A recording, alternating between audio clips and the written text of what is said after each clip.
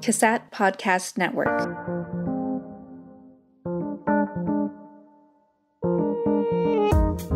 Hello and welcome to Season 4 of CASAT Conversations.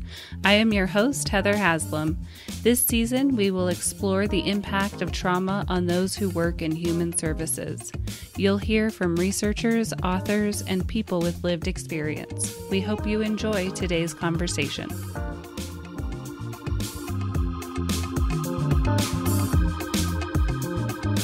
Today, we welcome Nick Brown. Nick is a firefighter, paramedic, veteran, and peer support specialist. Nick's here to share his own personal experience with us, and so happy to have you here today. Welcome, Nick. Thank you, Heather. So as we begin, I'd love for you to just share about yourself. Sure. Really, what's really in focus for me right now so much is this second chapter in life and in career that I'm in right now. So I'm working as a firefighter paramedic in Tahoe, and I'm just starting at a new department just this year. And I took a 2-year break, or a hiatus, we'll say, from the fire service after a 13-year career and then a 5-year career as a combat medic or a hospital corpsman. So through that initial phase of career, I experienced a heavy amount of, post-traumatic stress that I didn't understand, didn't know how to deal with. And I did a lot of the classic mistakes that I think a lot of first responders do, where I took that home and I internalized it, and I isolated myself and just believed that I could figure it out on my own, and that everybody else around me would just adapt around me. But that didn't work out well for me. So it was really, I went through a divorce at the end of 2019 with 2 young kids. I had my family relocate to a different area, and I just numbed myself with alcohol in a massive way. And, I just continued to just put my uniform on, go to work, and, pretend like everything was okay, while I was, putting together this public appearance. But at home, I was a mess. And then, in my isolation, it just deepened this depression that I was going through. So I left the fire service. I resigned at the end of 2019. I started a business and tried to do some consulting work for myself on the side, just prior to the start of COVID. And then, I weathered through the storm of COVID that everybody went through. And my experiences were, I was coming into it with some pretty dark emotional experience already. So it was just a little extra challenging for me during that time of, really not having the support group I had of the fire service, and, not having my family around me. And I just felt very alone. So some of the darkest times for me in my life, for sure. And then really what I started to go through was I hit rock bottom, and then I started to try to build myself back up. So during that time, I went through everything. I went through, started on an SSRI. I was diagnosed with depression. I was treated for PTSD. I started regular therapy. I would find, first responder veteran retreats that I could go to.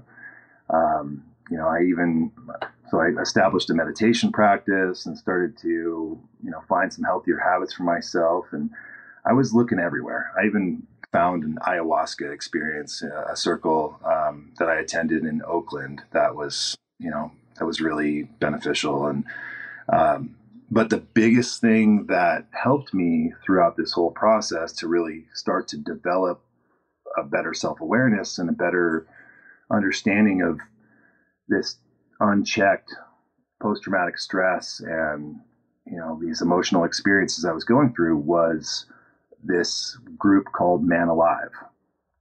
And it was a domestic violence group that I volunteered into that was recommended to me by my therapist.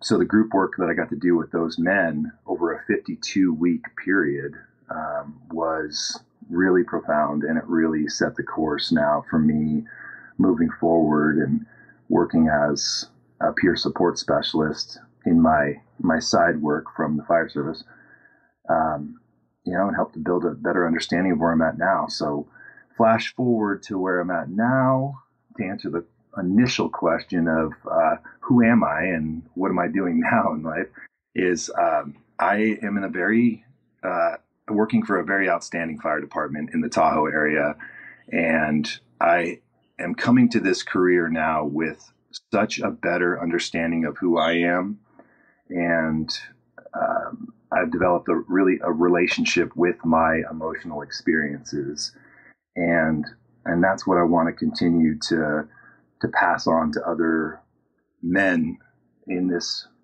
occupation and help them identify some of the things that I experienced in my relationships. And really, there's a lot of tools out there available, but there's not a lot available to discuss what we bring home to our family, our partners, our children.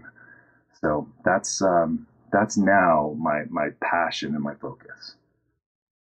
So I'm curious, you talked about now you're really aware of the emotional experience Yeah. of the work that you do. And prior, it was just sort of stuffing it or internalizing it and not acknowledging it until it sounds like it erupted in Yep. some pretty significant ways in your life. Um, and I'm just curious from like a cultural perspective, if in first responder organizations, military, fire, etc., if you've seen a shift, right? So you started your career, 15 years ago? And I'm curious if you were taught basically that to internalize and what that looks like now. Yeah, I've seen a dramatic shift over the years. Absolutely. I believe when I started that I wasn't taught, but I was set. There was an example set that, in order to be successful in this career, there was no room for, expression of emotion. It was to be, you got to keep it together. You got to manage the scene, and you need to be able to clean up and put everything back together and do it again. And you also, I believed that the mentors or the leaders in my early fire career or time in the military, they believed that they were showing leadership by being a strong man that did not show emotion and did not, that kept it all together. And I have a suspicion that every one of them was dealing with their own moral injury in their own ways at home. But the shift that I see now is I believe that there's much more of an emphasis in peer support in the fire service and in the first responder community, and there's more of an emphasis in checking in with each other and making sure that everyone is fit for duty and is mentally prepared. And the critical incident stress management, that kind of work after an incident's occurred that was really graphic or traumatic, that's been in place for some time now, and that's a wonderful program that I've been involved with. And what it doesn't address though is the cumulative stress and toll that, the body takes at home just by, this internalizing all of that and having that adrenal fatigue and not knowing how to really process it through just talk. And so I see now that many departments are reaching out and building peer support programs. They are showing that there can be a lot of strength there absolutely is a lot of strength in leadership by improving your emotional intelligence. And I'm always excited about, when a new leader is a chief or a captain is a person that's helping to foster this kind of change. And I'm seeing it a lot, especially where I'm at currently. Just a really incredible support system throughout my department, my crew. So what does it look like to have emotional intelligence in the fire service for you? Well, for me, the way I look at it is that I would respond to these calls, and there were traumatic experiences, and most of the time I would be meeting with the public on maybe their worst day of their life. And there was tragedy and death involved, and I'm seeing the emotions of their families, and just that experience. I believed that for so long that it wasn't healthy for me to really analyze that and what it meant to me. I needed to just separate it and I really needed to objectify that patient or that person or that family member as just isolated to a call, to a specific incident. And then afterwards, I needed to move on and make room available for the next, or I needed to not allow that to cloud my own life. So I believe that I shut off that emotional experience completely. I closed it off, and what that direct effect was that it shut off my emotional experiences with my partner and my children, and it really numbed me in a major way. And I've always felt a lot more, that I believe that I've experienced from my peers, from the interactions with patients. And I've always internalized and really felt sympathy and felt empathy towards those people that I was, helping. But I got pretty good about closing it off and avoiding it. But I had this desire that I really wanted to feel those things. And, there was a book that was really helpful for me that I remember that helped. It was a turning point, was Iron John by Robert Bly. And it's really just a man's process and, development. And the big message that I took was there was a distinction drawn between the wild man and the savage man. And the savage man would suffer an injury, a wound, and would not show emotion, would not show pain, would push on through that injury, would cover it up, wrap it up, and it would just form a scar. And that savage man would continue to move forward and not really learn anything from that scar or from that injury. But the wild man really resembled more of a shaman and a man that was in touch with nature and was analytical. And that wild man would investigate that injury and really look into it and start to identify, what the choices were made that, led to that injury, what caused it, and what that man learned from it.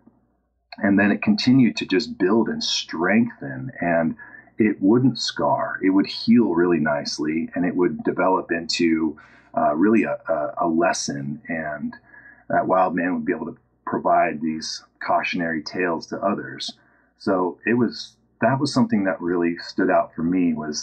It was the turning point for me that helped to, rather than just suppressing all the emotion I was experiencing in these calls with patients, and really start to look at what is the emotional experience that I'm currently having, and to build a relationship with that.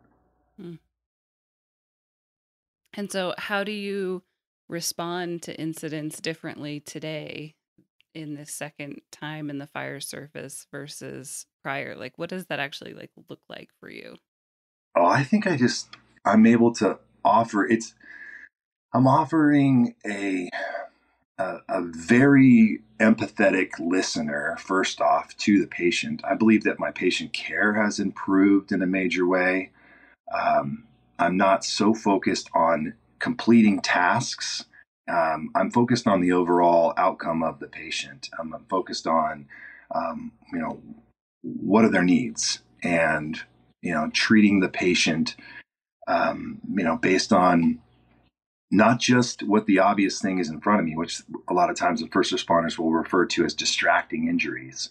As you look at the big open femur fracture as the distracting injury, and you may think to yourself, that's all that's wrong here, and that's the only thing that we need to address. But maybe, what happened, what do they need? And then I think about, what that impact was to me, and I process it, and I do some self-reflection afterwards. And I think about, the suffering of the person, or the suffering of the family member.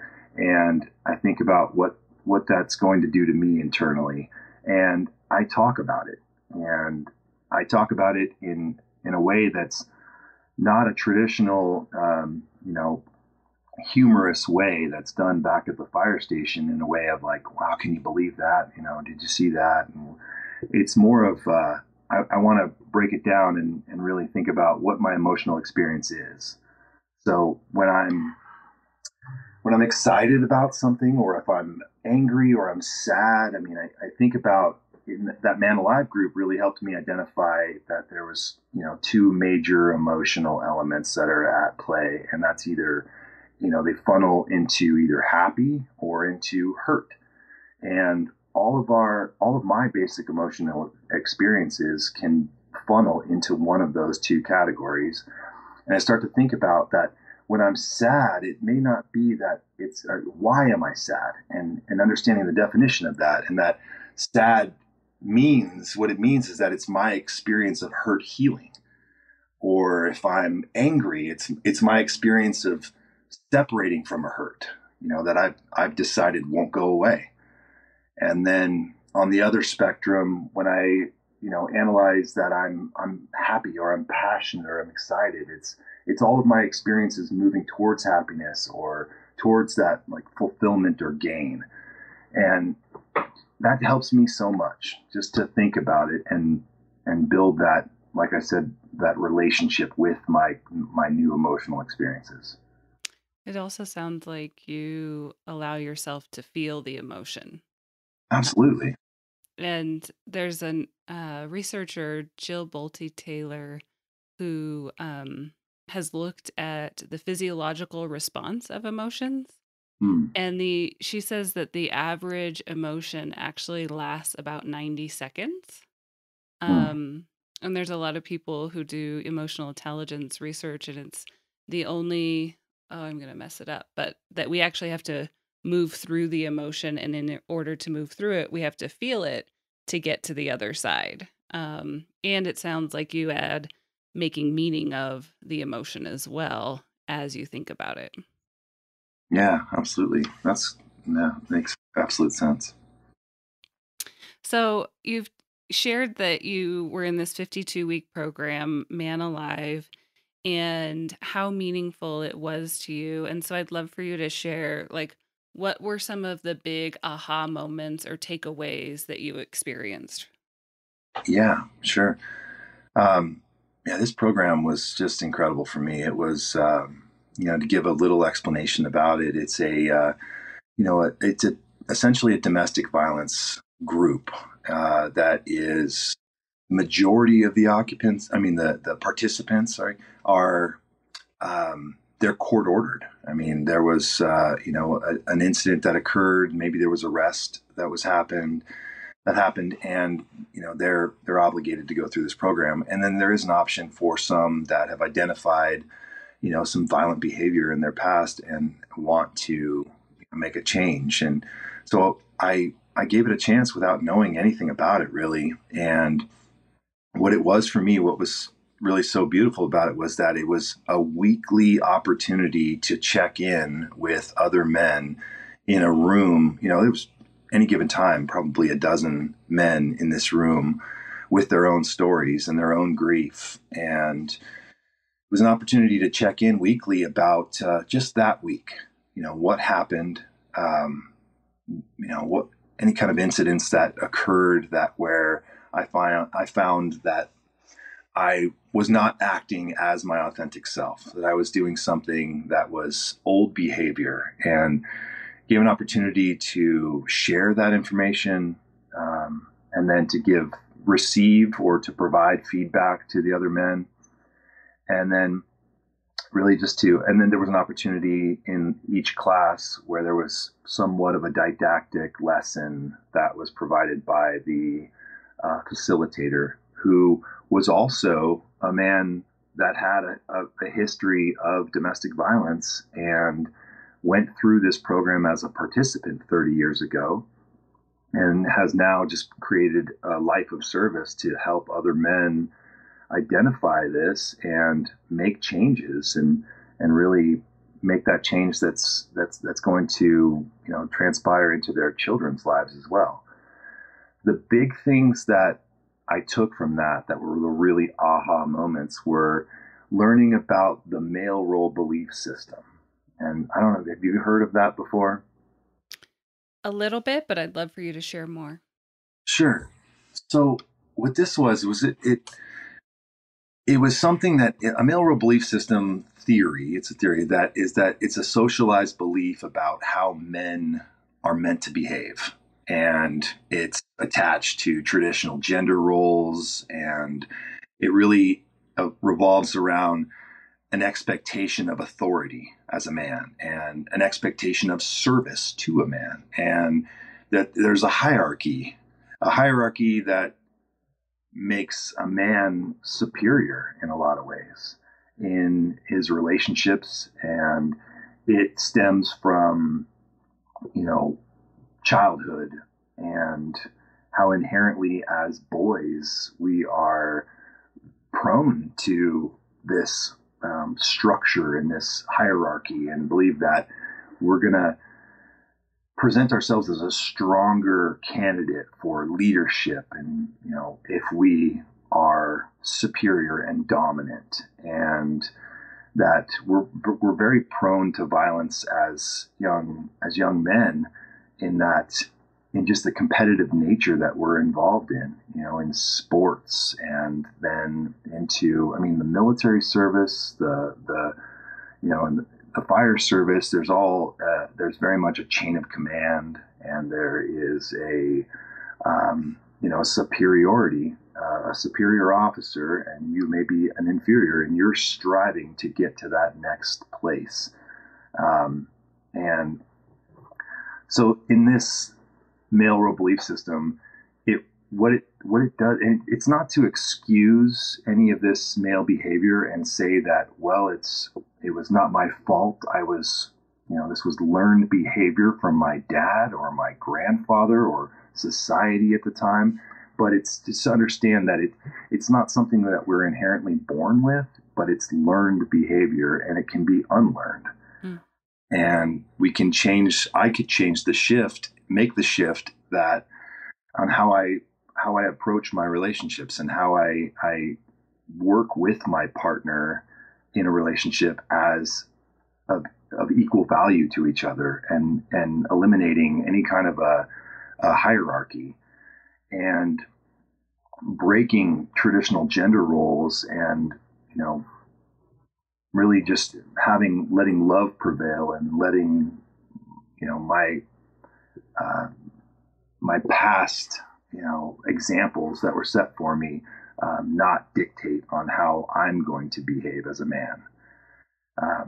So that was pretty eye-opening, and just to understand that there's one way of doing things, and that you can make a choice on taking a different approach.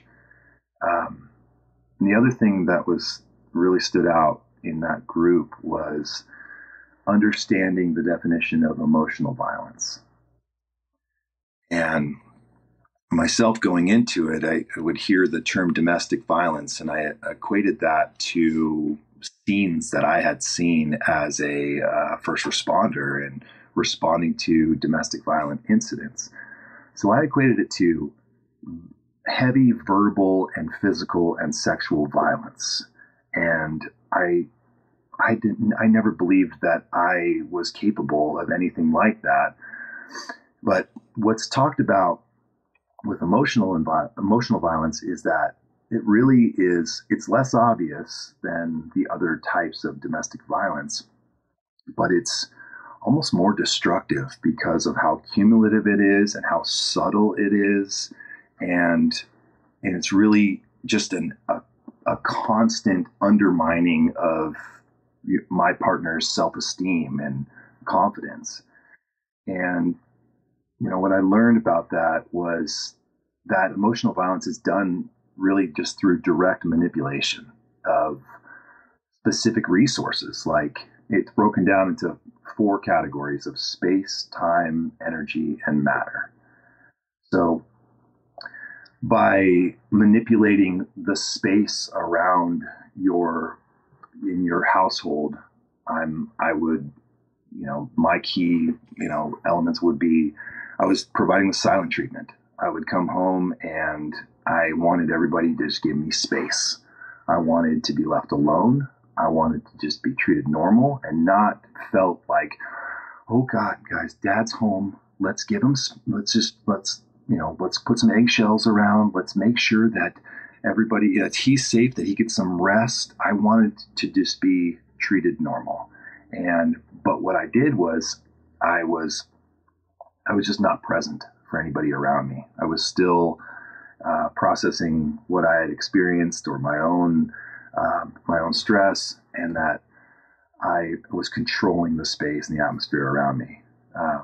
With time, that emotional violence would start to, I was controlling the schedule as well. I was just dictating how everything was going to go based on my needs and my work schedule.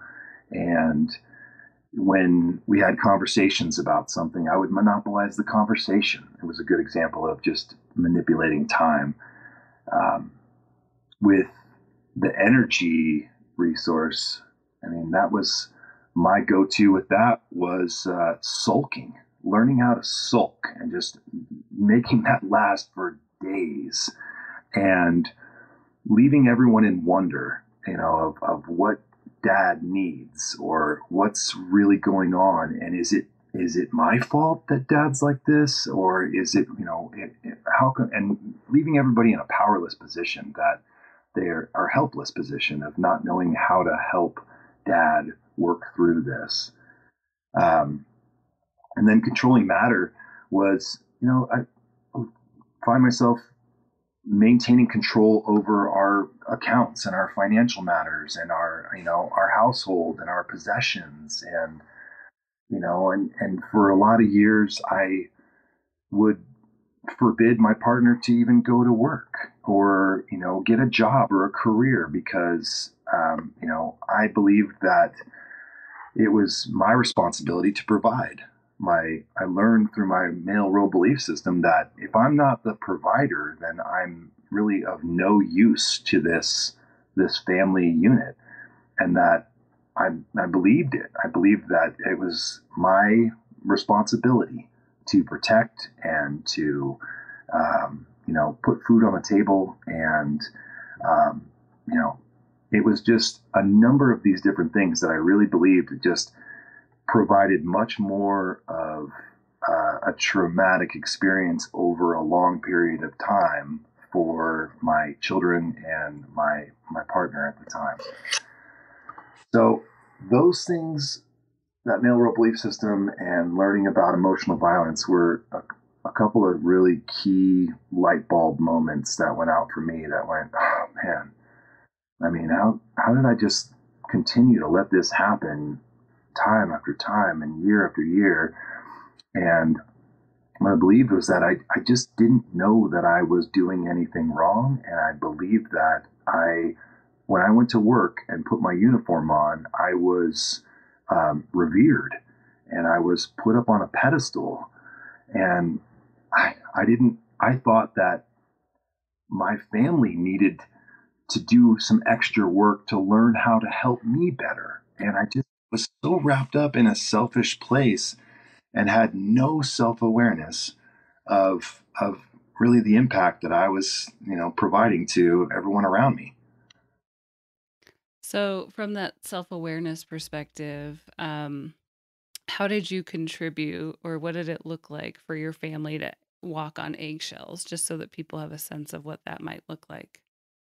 Well, it just looked like, it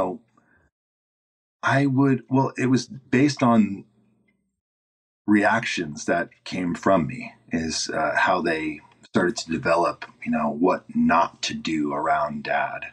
So, I would come home and I would, want to just have a normal day at home.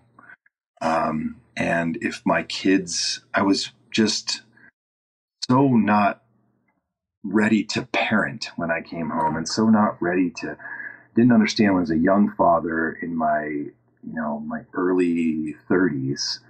Um, I just wanted to isolate myself and I wanted silence when I got home from work. And so if the kids were loud or we had a busy schedule, or my wife was, had some needs from me, um, I I let them, if I was not ready to provide those needs or facilitate or parent or be loving to my children or my wife, then I barked at them and I reacted. And so after enough of those reactions, I believe that they started to just do this on their own. That when I came home, it was either they went out for a walk and they went away when I was there.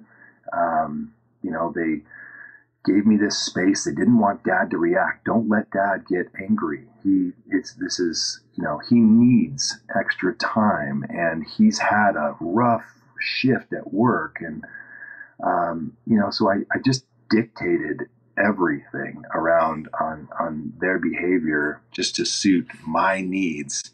And if I could have found a way to just really process that stuff and build that better self-awareness, I could have told them what I needed from them. And I could have explained, I could have created a much better atmosphere. And that's really what I see now, is that I'm able to, really give voice to my emotional experiences and let everyone around me know that hey, I've just kind of had a rough time on this shift, or right now I'm not 100% there, and I just need a little bit of time here, and give me that opportunity to maybe go exercise or to meditate and just to, really just get myself back on track so that I can be more present for you. And how has this shifted your relationship with your family, and or I have kind of a two-part question here, that transition home? Because sometimes that's articulated by first responders as kind of that most challenging time, is Yeah. just like transitioning back home. So I'm curious how that shifted that for you. Yeah, well, there's a number of things that have changed that are a little different. That I used to have a 5-minute drive home from the fire station and lived in the community that I worked. And now I have, about an hour and 15-minute drive, which I absolutely love, which offers me so much time to really reflect on, what I have going this next day or this week or this 4-day time with my loved ones. Gives me a chance to prepare, gives me a chance to know, um, what am I bringing home with me? And I used to use the analogy of just, the first responders will talk about, you never want to bring your work boots home. You want to leave your work boots at the station, and, you don't walk in the house. I mean, for the obvious reasons of just that there's maybe some yuck that's on the boots. You don't want to bring that home with you. So when I think about that in a way that, like, if I continue to bring these dirty boots home with me, I'm not giving a chance to wash away what I just experienced, and I'm just going to track this through the house. So I think about that in my mental space as well, that I need to take off those dirty boots and leave them at the station, or make sure that I clean everything off before I get home so that I can be more present. And it sounds like also like what you've been learning is how to integrate more of your experience into who you are.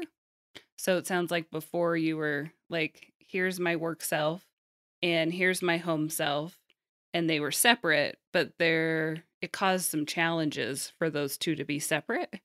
And now it's much more integrated. Is that accurate? Yeah, that is accurate. That's really well put.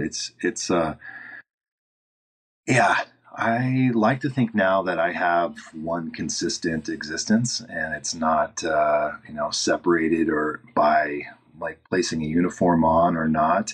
That when I come home, I like to share, what my experiences were, in a way that's, more digestible for my partner. And now I'm in, a really beautiful relationship with a wonderful woman.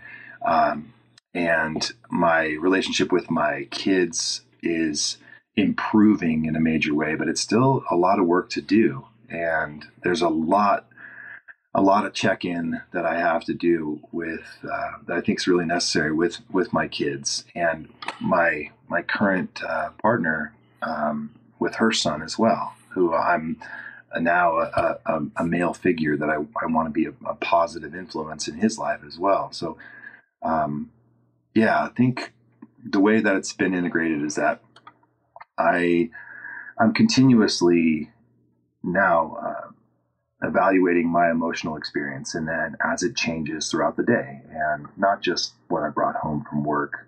And yeah, I think it's been really beneficial. It makes me wonder about, you talked about the male role belief system, and there's lots of different terms kind of thrown around like toxic masculinity or being too feminine as a male.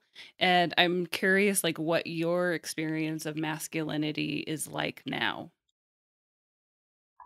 Well, I mean, I think that, yeah, that was a big topic in that group in Man Alive, was um, that there was a big shift, in the 60s, 70s, of just men, identifying more with women, a real beautiful shift of just, like, softening in a major way. And I believe that my dad, the guy that I was raised by, was, a very intuitive person, and very, very, very passive in a lot of ways, and was not a over domineering or aggressive male figure. Um, but I think there's a balance that has to be maintained. Of, like, the way I view masculinity is uh, is demonstrating strength in my vulnerability, and demonstrating that I can be um, a good positive influence to my son or to other men in my life by showing my strengths in, my confidence in being able to express how I feel. And I think that that's a shift that I've seen in a major way throughout the fire service as well, is, men that are able to articulate, truly how they feel, and not believe that they have to maintain such an appearance that is, held together by strong traditional masculinity. It's, showing much more. I think you're demonstrating yourself much more of a man when you can embrace the femininity in your life and understand all aspects of yourself, and rather than just narrow it down to just how you believe a man is supposed to be behaving, the way you learned it. Mm-hmm. I'm thinking of like there's this image that I have of when first responders have to go into a situation, right? You're putting on your armor, whatever that armor is, for depending on if you're in law enforcement or first responders. And it sounds like you find a way to take that armor off when you go home. Yeah, absolutely. I mean, it's that's the dirty boots in my scenarios. My armor, and um, yeah, it's taking that off. It's leaving it where it's meant to be. It's that occupation it's a role, and that role is not necessary in in my home life. Mm-hmm. That role of being the person that fixes and is the responder and makes decisive decisions on how things are going to go. There's a time and place for that role, and it's very important. And it's there's a lot of elements there that are very important to maintain while I'm on the job. But when I get home, it's I need to be emotionally available to everyone around me, and I need to continue to that term of self-care. I need to maintain my self-care. I hear it talked about all the time of just the oxygen mask on a plane. It's just a mental image that I see all the time that really helps me. That I'm of no good to anyone else here if I'm not maintaining my own mental health and self-awareness. So Mm-hmm.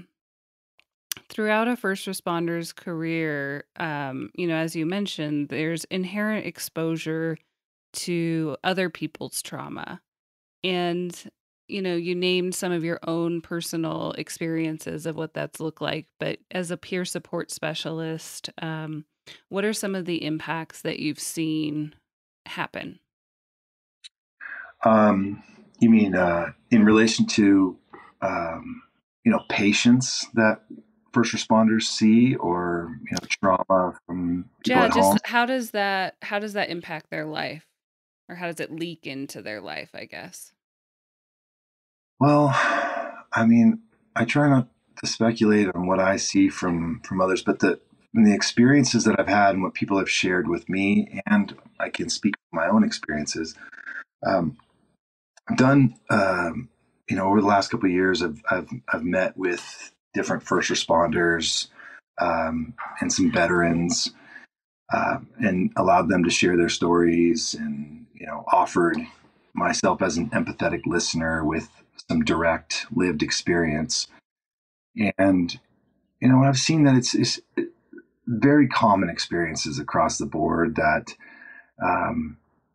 there's a helpless feeling of just not knowing, people looking for a roadmap on how to fix this problem, and just not finding that roadmap, and and just looking for someone to guide them along. And it's I just see a real common theme of just a lost person, and which I was in a major way, is that I was lost, and I was walking around in the dark looking for some help to get me to the place of recovery. And I was just trying to open every door that I could find. And, some of those doors, they led to something really beautiful that helped in some progress for myself. But a lot of them were dead end leads. And it was discouraging to, to continue to go down a path. And it takes a lot of work, personally, just for me to find that, and to find the real open door that was gonna to be the one that was going to really help. So I think what I've seen is that there's, the men that I've spoken with, is they're wide open, ready for somebody to mentor or guide them along the path of how to get there. But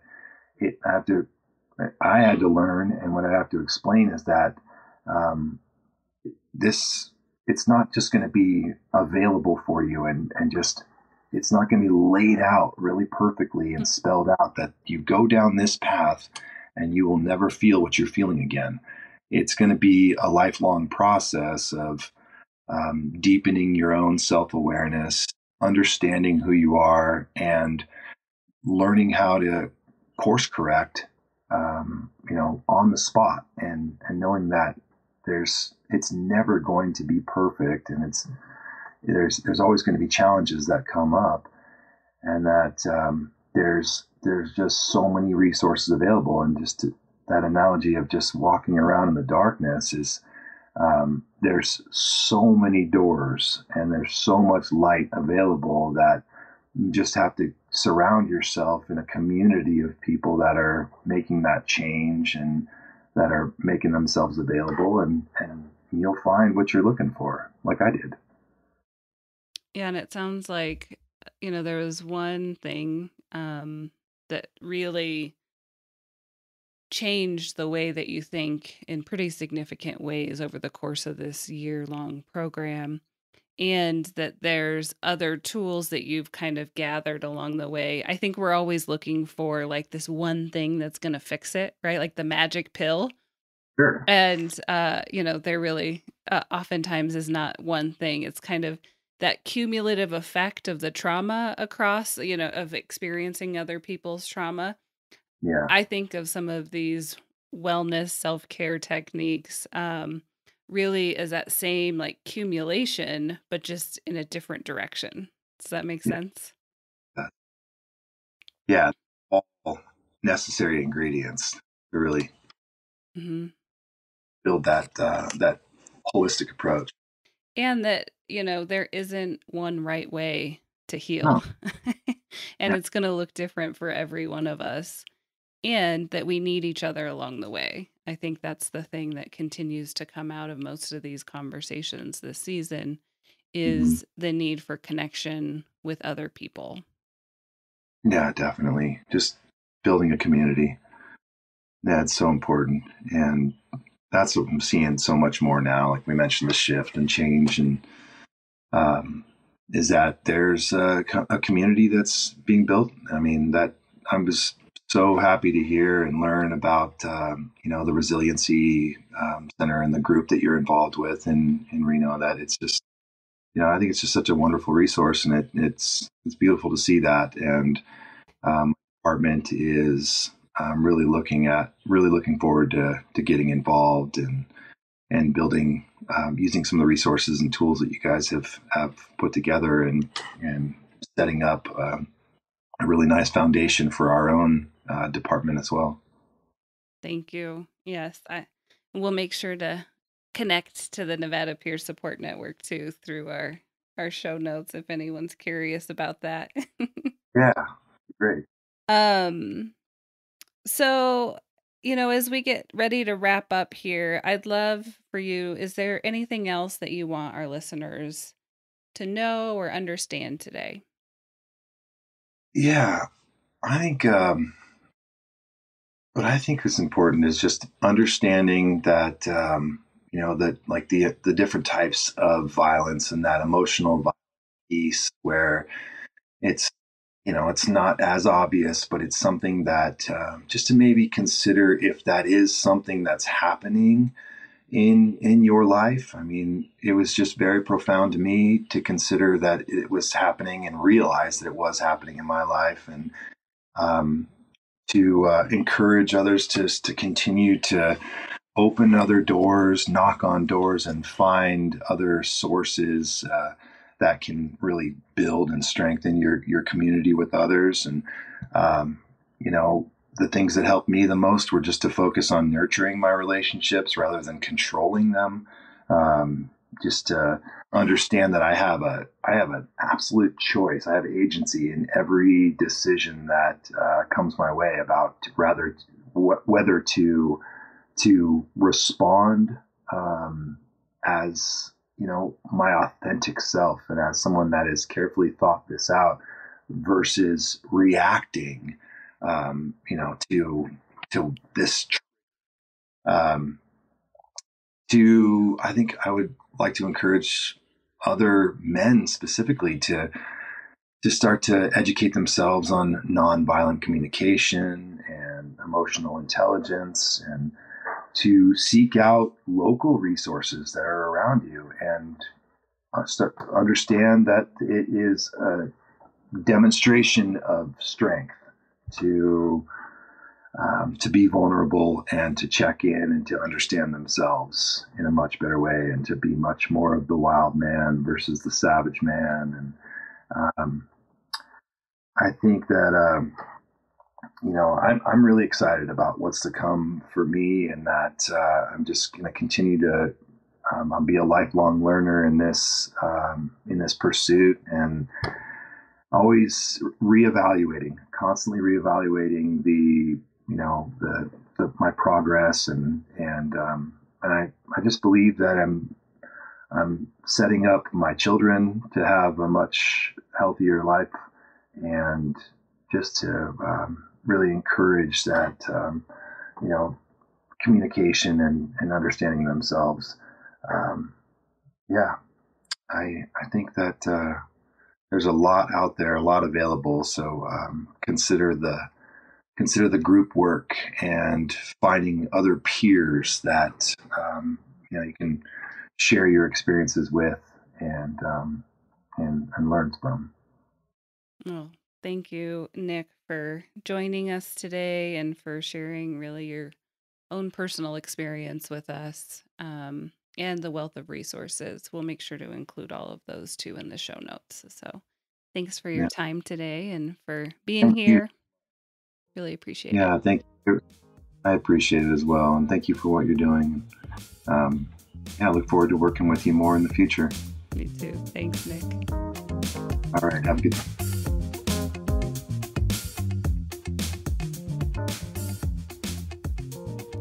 Thank you for listening to CASAT Conversations, your resource for exploring behavioral health topics. We hope you found today's conversation timely and meaningful. Please share this podcast with your friends and colleagues. If you want to learn more, visit us at our blog at CASATOnDemand.org.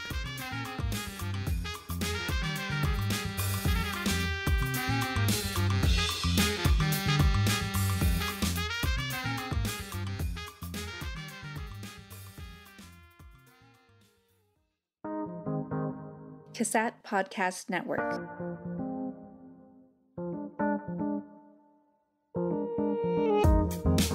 This podcast has been brought to you by the CASAT Podcast Network, located within the Center for the Application of Substance Abuse Technologies at the University of Nevada, Reno. For more podcasts, information, and resources, visit CASAT.org.